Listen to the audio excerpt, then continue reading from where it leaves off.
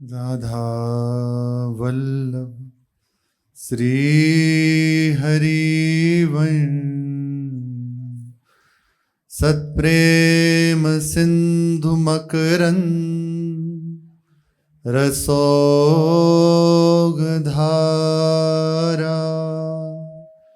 सारनजश्रमभितः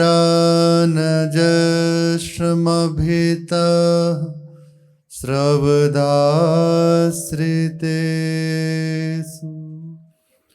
श्रीराधिके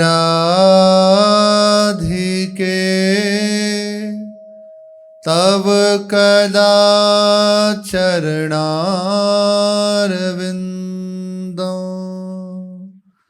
गोविन्द जीवनधनं शिरसा वहामि। गोविन्द जीवनधनं शिरसा वहामि। श्री राधा वल्लभ लाल की जय। श्री अनंत असीम करुणा वरुणालय युगल सरकार की अपार कृपा निरंतर हमारे ऊपर बरस रही है। चाहे अनुकूल स्थिति हो या प्रतिकूल, वे कृपा निरंतर हमें बस प्रभु की ओर ही बढ़ा रही है, डुबो रही है। ऐसा जिसके हृदय में विश्वास हो जाता है, उसके हृदय से विक्षेप नाम दूर हो जाता है। अब उसके जीवन में विक्षेप ये जो शब्द है ये नहीं रहता। जिसके हृदय में भगवत कृपा पर विश्वास हो गया, उसके जीवन से विक्षेप दूर हो जाता है। परिस्थिति आएगी, अनुकूल प्रतिकूल, लेकिन जिसके जीवन में विश्वास भगवान की कृपा पर हो गया, वे उसे बाधित नहीं कर पाएगी। वो सीधा दौड़ता हुआ भगवान के चरणों में पहुंच जाएगा। ये बहुत बड़ी बात है। हर एक परिस्थिति में अपने आराध्य देव के ऊपर दृढ़ विश्वास। देखो, आप किसी बात को जान रहे हैं, आपके हृदय में वो बात आ रही है, तो कब उसकी परिपक्वता होगी? जब उसकी परीक्षा ली जाए, उसके लिए प्रश्न दिया जाए, तभी तो देखा जाएगा कि हाँ, अब इसमें ये पुष्ट हो रहा है। बड़े बड़े भक्तों के जीवन में ऐसी प्रतिकूल स्थिति आती है, भगवान घोर अपमान कराते हैं, भयानक कष्ट प्रदान करते हैं। क्यों? केवल इसलिए कि वो दिखाते हैं, देख प्रत्येक परिस्थिति में भक्ति की स्थिति है कहाँ, वो केवल भगवान में है। इसलिए तैयार रहना चाहिए कि हमारा जीवन प्रभु के समर्पित है। निश्चित है ये प्रश्न जीवन में आएगा, अंदर से या बाहर से। अंदर से भी प्रश्न होता है, मन नहीं लग रहा, निरंतर एक विक्षेप वृत्ति में। अब उस समय कहाँ हो? बस प्रभु में। बाहर से प्रश्न, आपका अपमान किया जाएगा, आपकी निंदा की जाएगी, आपको रोक दिया जाएगा, उस समय आप कहाँ हो? केवल प्रभु में। तो बस प्रश्न का उत्तर मिल गया। उस प्रश्न में विचलित नहीं हुए, ये हृदय में अच्छी तरह से हम बैठा लें, निश्चित रूप से ये प्रत्येक उपासक के जीवन में आता है।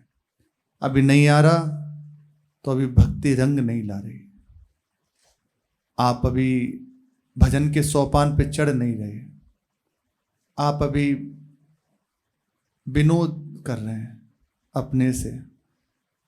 आप अभी जैसे भजन की बात आती है, जो भगवत प्राप्ति की कसावट है, उसमें अभी नहीं आए हैं।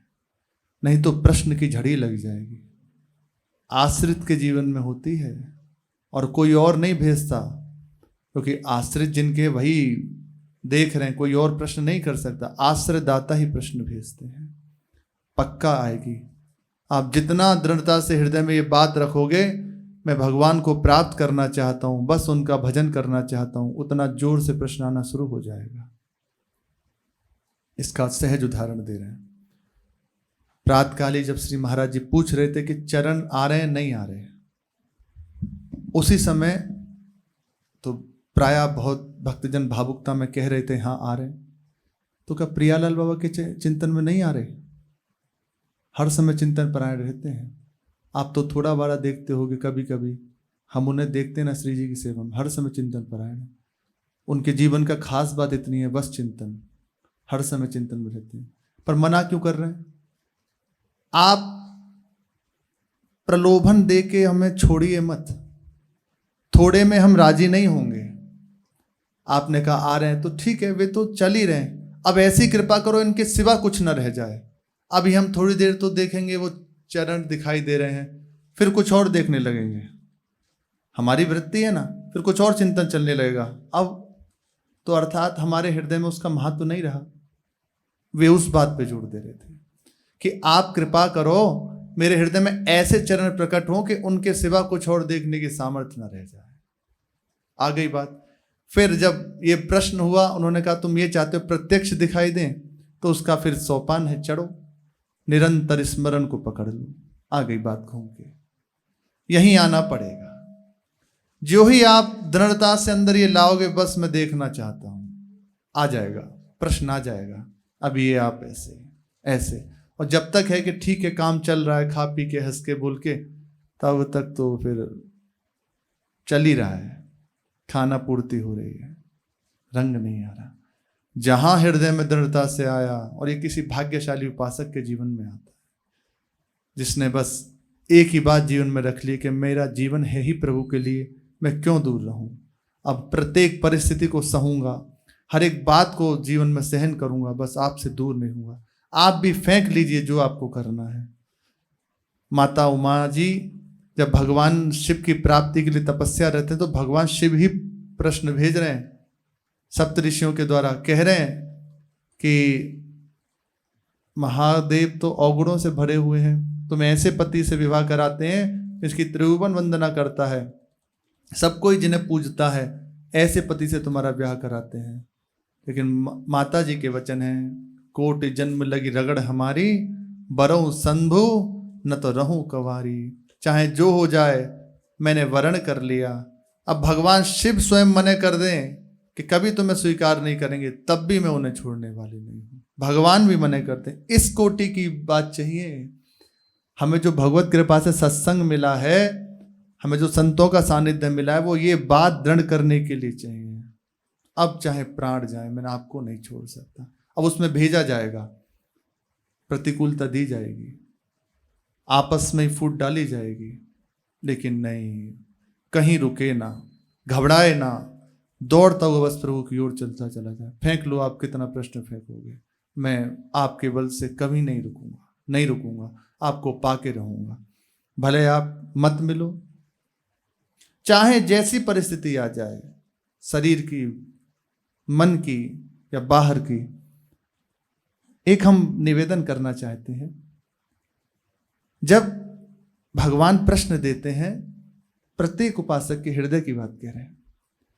मान लो आपके जीवन में कोई प्रतिकूलता आई, गुरुजनों ने तिरस्कार किया या डांटा या और भी कुछ भी, उस समय कभी घृणा मत कीजिएगा।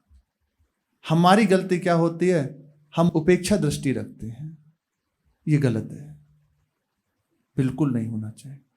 बाहर से हो सकता है हम बात ना करें, पर अंदर से अपने प्रभु से प्रार्थना करेंगे, प्रभु यदि आप कृपा करें तो कोई भी संभल सकता है, आप यदि छोड़ देंगे तो कौन संभल सकता है। अपना भजन प्रदान करें तो इसका लाभ होगा।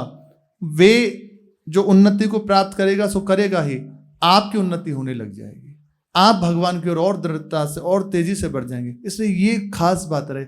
हम लोगों में ये होता है, जहां कहीं किसी की कुछ हल्की बात देखी तो दृष्टि उसकी तरफ से हम उपेक्षा वृत्ति कर लेते, अरे नहीं वो भगवान का जन है, भूल के भी नहीं करना।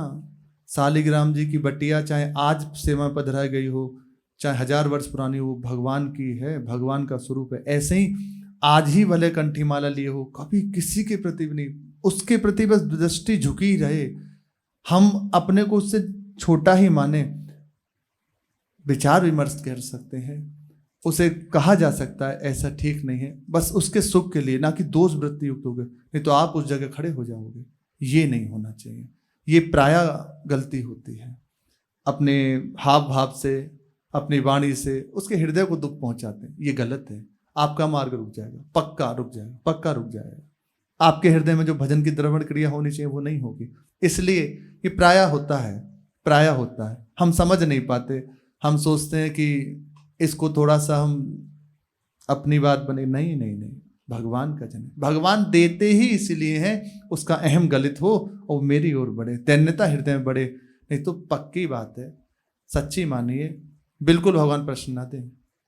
पर खेलना चाहते हैं तो किससे खेलेंगे? अपने ही जन से खेलेंगे ना। बस बिल्कुल विश्वास कर लें।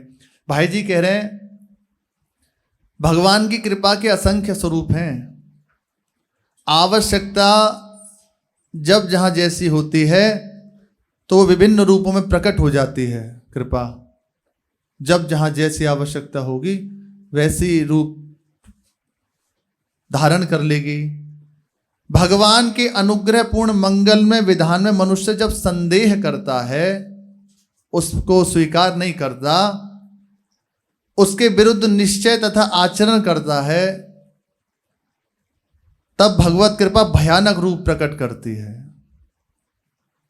भयानक रूप धारण कर लेगी। जैसा आप, वो छोड़ेगी नहीं, पकड़े रहेगी, लेकिन आपने जितना उसे स्वीकार किया हुआ है कृपा को, वैसे ही आपकी दशा हो जाएगी। जैसे आपने अनुकूल वृत्ति रखी भगवत कृपा में, तो अनुकूलता आपको मिलने लगेगी कृपा की तरफ से ही। विक्षेप आ सकता है, जैसे रोग हो गया, अपमान हो गया, ये हो सकता है, लेकिन हृदय शीतल रहेगा।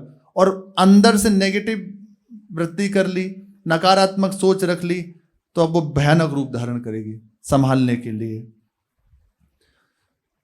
भयानक रूप में प्रकट होकर विपत्ति और वेदना के द्वारा उसके हृदय की विशुद्धि करती है भगवत कृपा। और जब मनुष्य विश्वासपूर्ण हृदय से प्रत्येक परिस्थिति में उसके अनुकूल आचरण करता है, चाहे जैसी भी अवस्था हो, ये विचार करता है कि मेरे ऊपर बड़ी कृपा है, और उसके अनुकूल आचरण करता है, तब वह कृपा बड़े सौम्य रूप में प्रकट होती है, आत्म प्रकाश कर देती है, अपना प्रकाश कर देती है। कभी घबराना नहीं चाहिए, चाहे जैसी परिस्थिति हो जाए। एक बात हृदय में दृढ़ निश्चय से कर लो, भगवान हमारे हैं, हम उनके हैं, वे हमारा अमंगल कर ही नहीं सकते। चाहे जैसी अवस्था आ जाए, वो हमारा अमंगल नहीं कर सकते। हम उनके हैं, थे, रहेंगे, वे हमारे हैं, थे, रहेंगे। ये दृढ़ बात हृदय में रख लें। अब बस निरंतर उनका स्मरण बना रहे, उनकी सेवा बनती रहे, उनके अनुकूल आचरण होते रहे, इस पर ध्यान देना है। खूब वो धुतकारें, फटकारें, तब भी ना चाहिए, बिल्कुल प्रसन्न रहना चाहिए। कभी नहीं अरे आप तो देखो ऐसे ही तुम्हें, हाँ हाँ आपके लिए होगा ये प्रश्न, आपके लिए, हमारे लिए नहीं, हमारे लिए हमारे प्रभु हम। बस वो जब जहाँ जैसे उचित समझें देख लेंगे, हमें नहीं विचार करना आपकी बात पे। बिल्कुल घबराए ना, पढ़ने वाले की परीक्षा होती है। पढ़ाई कर रहे हो तो परीक्षा होगी होगी, ताकि आगे बढ़ो। और यदि पढ़ाई नहीं हो रही फिर तो बिना परीक्षा के ही आपको, लेकिन इसमें भी चिंता ना करें। ये मार्ग ऐसा है, यहाँ आप परीक्षा देके फेल भी हो जाओ ना तब भी पास है, या हारने पर भी जीते हैं। या मान लो आपकी परीक्षा हुई और आप फेल हो गए, तब भी आप पास हो गए, 100 में से 100 नंबर, क्योंकि मार्ग ही ऐसा है, राजमार्ग है। यहाँ आंख मूंद कर दौड़ने पर भी गिरने का भय नहीं, भगवान हर समय थामे रहते हैं।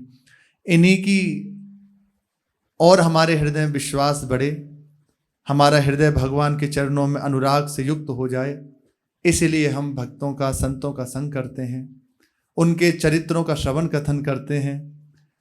निश्चित जिन भी भक्त का हम श्रवण कथन कर रहे हैं चरित्र, उस समय हम उनके साथ हैं, ऐसा विश्वास करें। भाई जी का चरित्र चल रहा है तो भाई जी यहाँ विराजमान हैं, प्रिया प्रीतम सुन रहे हैं, इसी भावना से श्रवण करें।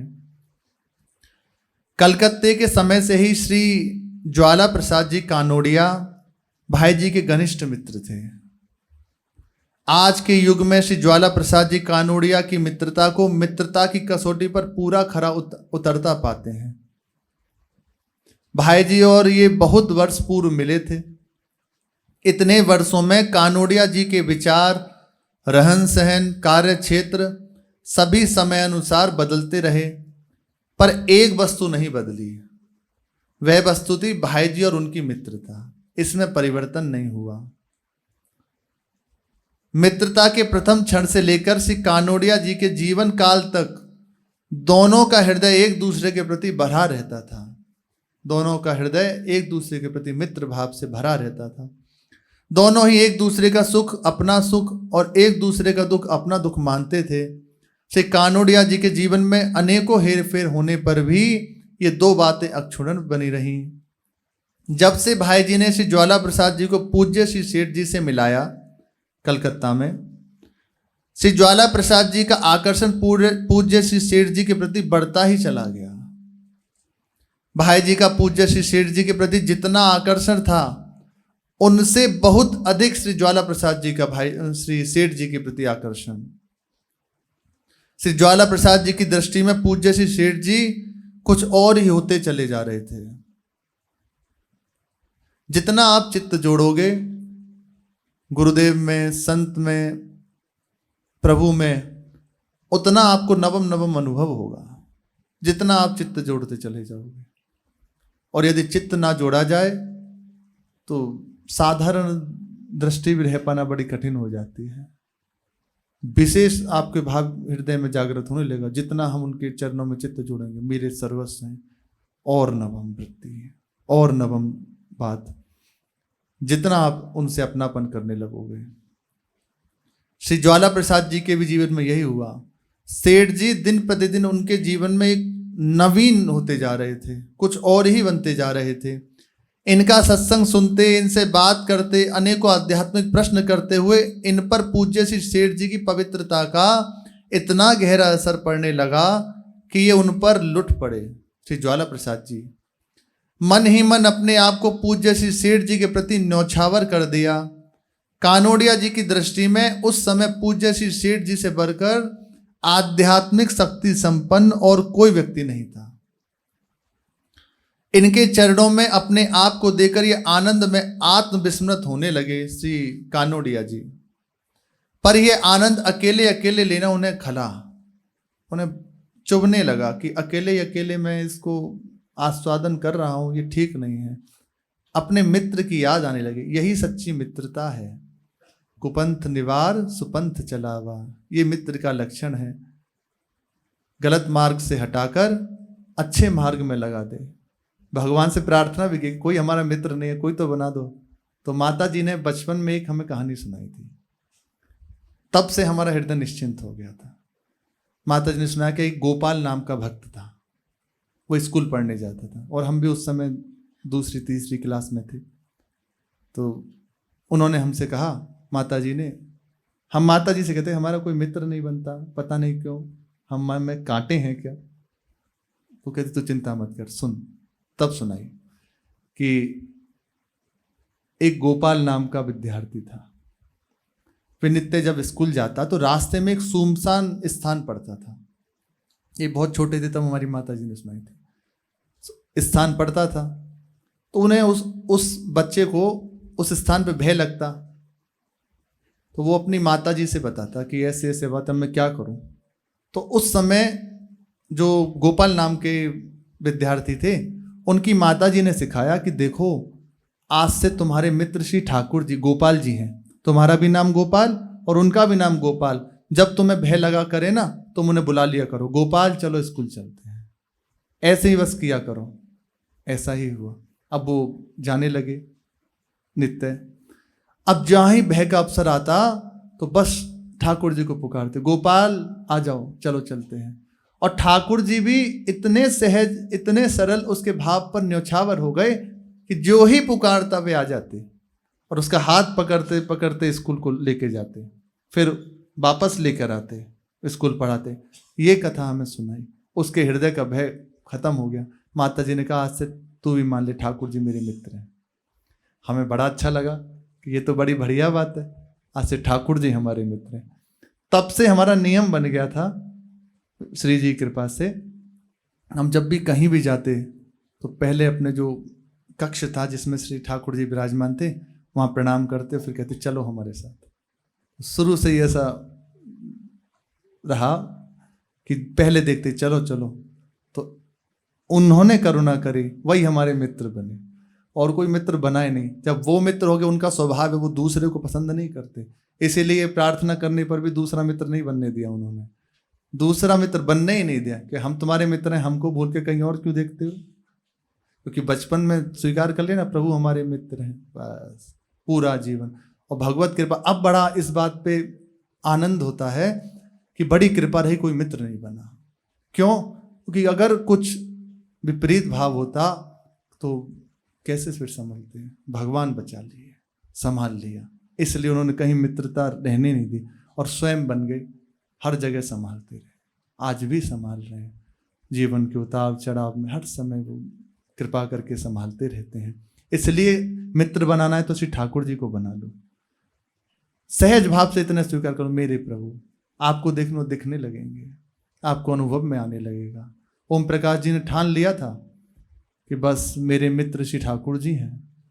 16 वर्ष की अवस्था भी नहीं हुई, ठाकुर जी आए और लेके अपनी मित्र मंडली में मिला लिया। दृढ़ता करके पकड़ने, हमारे सच्चे मित्र प्रभु हैं, वही हमें इस प्रपंच से बचा सकते हैं। भाई जी से सच्चे मित्र श्री कानोड़िया जी, ज्वाला प्रसाद जी। अब जब आध्यात्मिक उन्नति उन्हें दिख रही है, मेरी हो रही है, तो उस समय याद आ रही है कि भाई जी को भी बताना चाहिए, श्री हनुमान प्रसाद जी को भी बताना चाहिए कि मैं ही अकेले इस आनंद का आस्वादन क्यों करूं, उन्हें भी बुलाऊं, उन्हें भी ये कम से कम सुख प्राप्त हो।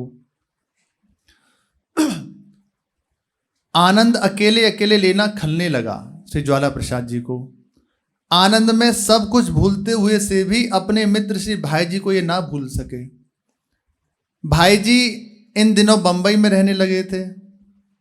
पूज्य श्री सेठ जी के सत्संग का आनंद लेते समय मित्र की बात याद आ ही गई,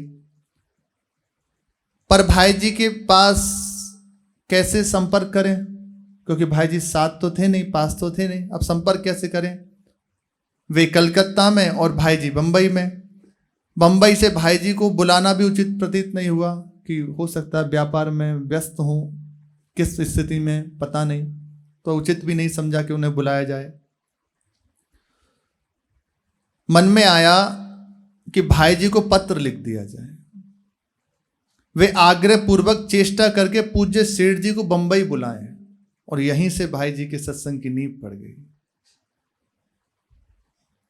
भाई जी के लिए पत्र लिखा कि चेष्टा करें, आग्रह पूर्वक श्री सेठ जी जयदयाल गोयनका जी को बंबई बुला लें और वहां उनके द्वारा सत्संग का लाभ लें। पत्र लिख दिया गया। उन्होंने उसमें लिखा कि आग्रह पूर्वक चेष्टा की उपेक्षा श्री सेठ जी नहीं कर सकते। पूज्य सेठ जी अवश्य बंबई जाएंगे और इस प्रकार उनके मित्र भाई जी को अवश्य उनके सत्संग का लाभ प्राप्त होगा। ये है सच्ची मित्रता, ये है। परमार्थ में भी मित्रता होती है, जैसे भागवत संबंध से युक्त होकर आप किसी से ही मित्रता करें, पर उसमें खास बात ये रखें आप नियमावली का फॉलो करें। ऐसे ऐसे नियम, जैसे श्री ओम प्रकाश जी के जीवन चरित्र में आता है, वे उनके मित्र थे और अपने मित्रों से कह दिया था कि हमसे जो मित्रता करेगा, हमारा नियम है इतना इतना उसका जप होना चाहिए, दिन में 3 घंटा कम से कम जप करे और ये ब्रह्मचर्य का पालन करे, कुसंगति ना करे, फिल्म आदि ना देखे, ये उनके नियम थे। तब तो हमसे मित्रता कर सकते हो। और अच्छा, ओम प्रकाश जी इतने अच्छे थे पढ़ने में कि बहुत अच्छे उनके नंबर आते, फर्स्ट क्लास आते क्लास में। तो सब प्रभावित भी होते इस बात से कि देखो ये भजन भी करते हैं और एकांत में भी रहते हैं और फिर भी इनके अच्छे। तो जब जो ज़्यादा अच्छा पढ़ा लिखा होता है तो उससे संग मिले कैसे भी, तो ये बात होती है ना। कोई अच्छा भजन करे तो लगता है कि इसका संग करे, तो उसमें यही नियमावली रखे। हमारा नियम है प्रपंच की वार्ता नहीं करेंगे, जितनी देर मिलेंगे भगवत चर्चा करेंगे या फिर भजन के संबंध की बातें करेंगे। तब तो मित्रता ठीक है। भजन में यदि रुचि बढ़े और भजन वृत्ति घट जाए फिर तो एकांती भला है, अपने प्रभु से ही बस संबंध रखे और कहीं नहीं। मित्र थे श्री बालकृष्ण दास जी महाराज और भी बड़े बड़े संत आदि, इनकी परस्पर मित्रता थी। श्री राधा बाबा, भाई जी महाराज, श्री बालकृष्ण दास जी में परस्पर घनिष्ठ मित्रता इनकी, ऐसे कि बस घंटों ऐसे देख ही रहे एक दूसरे को, पर भगवत संबंध से योग भगवान के होकर भजन के लिए। ज्वाला प्रसाद जी भी उनके हृदय में आने लगा कि भाई जी को भी ये लाभ मिलना चाहिए, मैं ही अकेला इसका आस्वादन कर रहा हूं, ये ठीक नहीं है। पत्र लिख दिया, भाई जी को जरूर सत्संग का लाभ प्राप्त होगा। उनके मित्र भाई जी को अवश्य उनके सत्संग का लाभ प्राप्त होगा ही। श्री कानोड़िया जी को यह भी ध्यान हो गया था कि मेरे मित्र भाई जी अभी बंबई में अन्य कार्यों में व्यस्त हैं, अतः उनको पुनः श्री सेठ जी से मिलाना बहुत जरूरी है। मित्र के प्रति कर्तव्य की यत् किंचित पूर्ति भी होगी, यही मित्रता है, यही मित्रता की पूर्ति है। विचार आने की देर थी। ज्वाला प्रसाद जी ने भाई जी को बंबई पत्र दिया कि चेष्टा करके पूज्य श्री सेठ जी को सत्संग के लिए बंबई बुलाऊं। भाई जी के लिए पत्र लिख के भेज दिया। इधर बंबई में भाई जी मानो अपने मित्र के पत्र की प्रतीक्षा ही कर रहे हो, ऐसा था। भाई जी ने स्वयं तो पूज्य सेठ जी को पत्र दिया ही, तार दिया ही, अपने मित्रों से भी आग्रह पूर्वक बार बार पत्र और तार दिलवाए, सेठ जी से प्रार्थना कराई कि वे सत्संग के लिए बंबई पधारे हैं।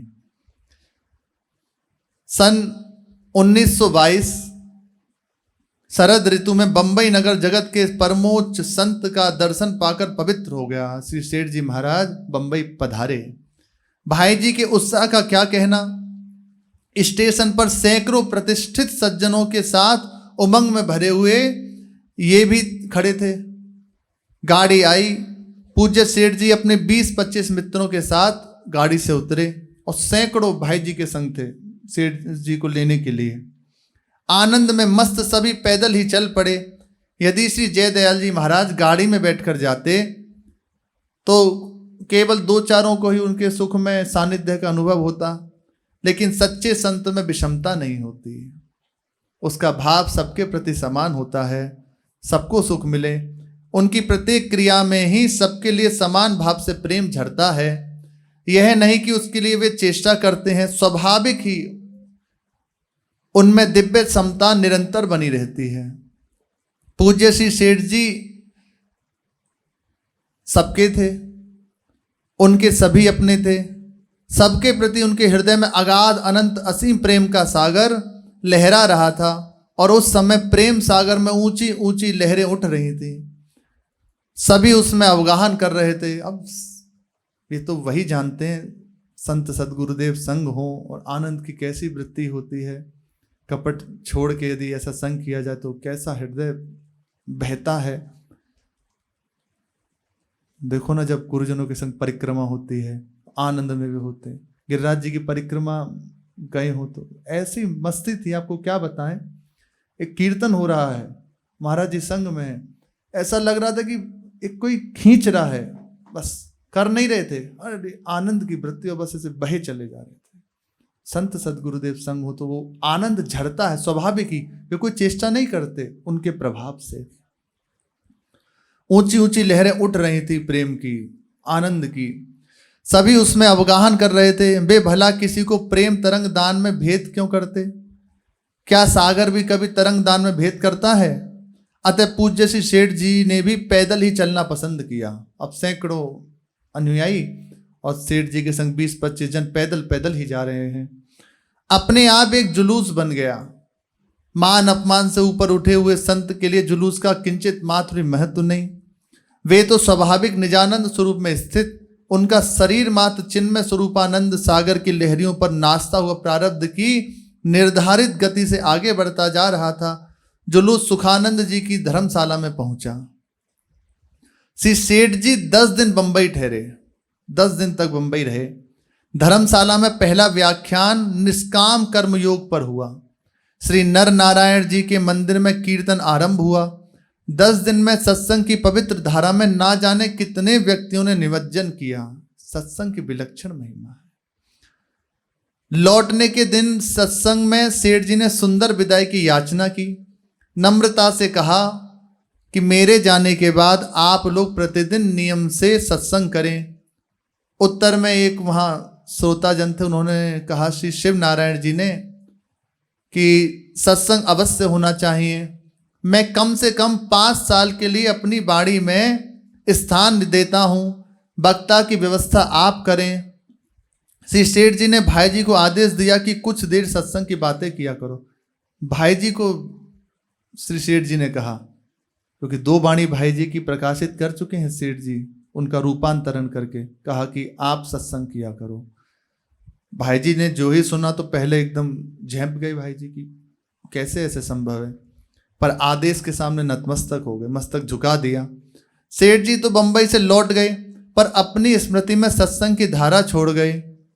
यह धारा भाई जी के साथ तेजी से बह चली। भाई जी विस्तार से गीता पर प्रवचन करने लगे। कई वर्षों तक यह क्रम चालू रहा। गीता जी की 2 आवृत्तियां विस्तार पूर्वक समाप्त हुई। 2 आवृत्तियां, 2 बार गीता जी का सत्संग हो गया। 18वें अध्याय के 66वें श्लोक पर 1 महीने प्रवचन हुआ। सर्वधर्मान परित्यज्य माम एकम शरणम व्रज, इस श्लोक पर 1 महीने प्रवचन हुआ। पहले तो सत्संग दिन में होता था, पर कुछ दिनों बाद रात्रि में होने लगा। सत्संग में मारवाड़ी, मराठी, गुजराती भाषी सभी लोग आते।